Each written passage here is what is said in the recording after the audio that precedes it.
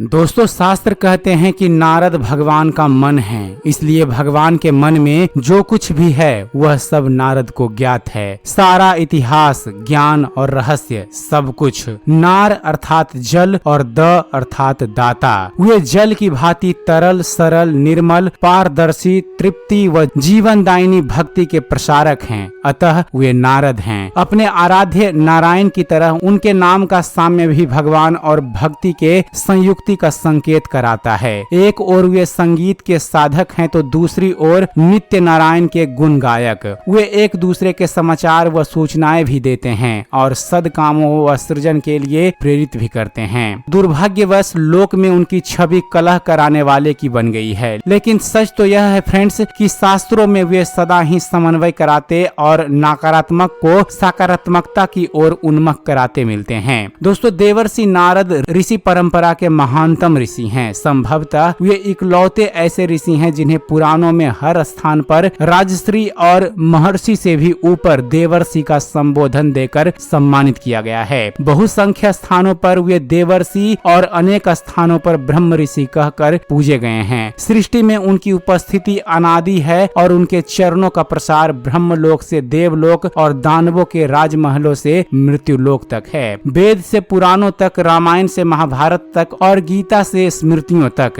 नारद हर जगह अपूर्व प्रभाव के साथ उपस्थित हैं। दोस्तों, देवर्षि नारद की गरिमा का अनुमान इसी से लगाया जा सकता है कि भगवत गीता में अर्जुन को अपनी विभूति का परिचय देते हुए स्वयं भगवान श्री कृष्ण ने अपने को ऋषियों में नारद कहा है। भगवत गीता के 10वें अध्याय के 26वां श्लोक साक्षी है। भगवान श्री कृष्ण कहते हैं, अश्वतः सर्ववृक्षाना देवर्षिना च नारदा, अर्थात हे पार्थ, वृक्षों में मैं पीपल हूँ और देवर्षियों में नारद हूँ। इसी तरह महाभारत के शांति पर्व के 30वें अध्याय में भगवान श्री कृष्ण के वचन हैं, नारदा पर्वत सैरवा द्वावृषि लोक सत्तमो, अर्थात नारद और पर्वत ये दोनों ऋषि संपूर्ण लोकों में श्रेष्ठ हैं। दोस्तों, नारद वेद से पुराण तक वर्णित हैं। अथर्ववेद में नारद नामक ऋषि का नामो उल्लेख अनेक बार हुआ है। ऐतरेय ब्राह्मण में वे हरिश्चंद्र के पुरोहित, सोमक सहदेव्य के शिक्षक तथा आम्बष्ट एवं युधाश्रोष्टि को अभिषिक्त करने वाले के रूप में ऋषि पर्वत के साथ स्मरण किए गए हैं। मैत्रेयी संहिता में नारद एक आचार्य और संविधान ब्राह्मण में बृहस्पति के शिष्य के रूप में उन्हें वर्णित किया गया है। छंदोगी उपनिषद में ये सनत कुमार के साथ उल्लेखित हैं।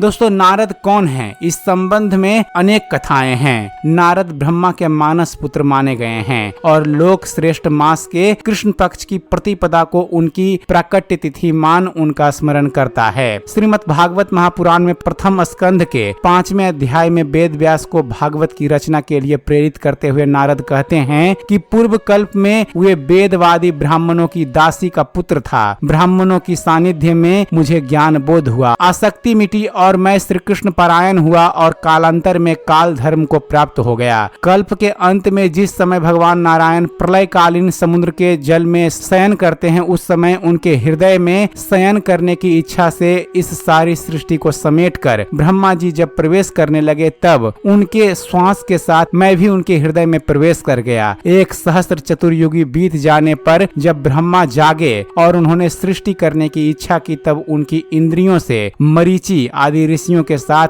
मैं भी प्रकट हो गया। मेरे जीवन का व्रत अखंड है। अब बात करते हैं नारद की महानता के बारे में। दोस्तों, महाभारत के शांति पर्व के 230वें अध्याय में सुलभ है, जहां उग्रसेन के पूछने पर भगवान श्री कृष्ण ने नारद के परिचय और प्रशंसा में पूरे 20 श्लोक कहे हैं। उनकी सबसे बड़ी विशेषता है सृजन के लिए प्रेरणा देना। महत्वपूर्ण है कि महर्षि वाल्मीकि ने रामायण की रचना उन्हीं से प्रेरित होकर की थी। आदि काव्य के बाल खंड की कथा ही नारद व वाल्मीकि संवाद से प्रारंभ होती है। उसमें नारद ने वाल्मीकि को श्री रामचरित सुनाया और इसी के बाद तमसा तट पर क्रौंच वध का घटनाक्रम हुआ, जिसके बाद रामायण के रूप में विश्व का पहला काव्य सृजित हो सका। इसी तरह श्रीमद् भागवत में नारद की ही प्रेरणा से भक्ति जागृत हुई और वेद व्यास कृष्ण लीला के गान को तत्पर हुए। कहा जा सकता है कि लोक के कल्याण के लिए आज यदि रामायण व श्रीमद् भागवत जैसे 2 महान ग्रंथ ग्रंथ हैं तो उनके बीज महर्षि नारद ने ही रोपे हैं। ज्योतिष के भी आचार्य नारद त्रिकालदर्शी हैं। वे केवल संगीत के ही आचार्य नहीं हैं, अपितु ज्योतिष मर्मज्ञ और भविष्यवक्ता भी हैं। 18 महापुराणों में एक नारोदक्त पुराण भी है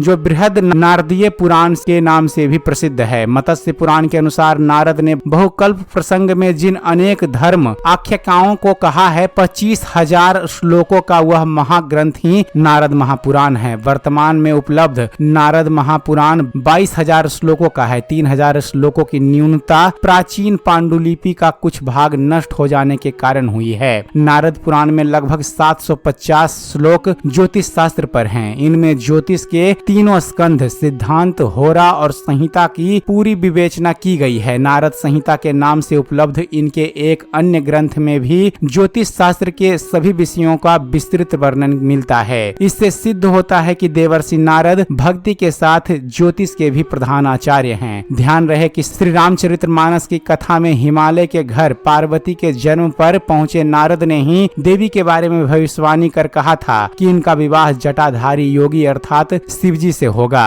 दोस्तों, मानस के बाल कांड का यह दोहा प्रमाण है। दोहा है, जोगी जटिल अकाम मन नगन अमंगल वेश, अस स्वामी एहि कह मिलहि परि हस्त असिरेख।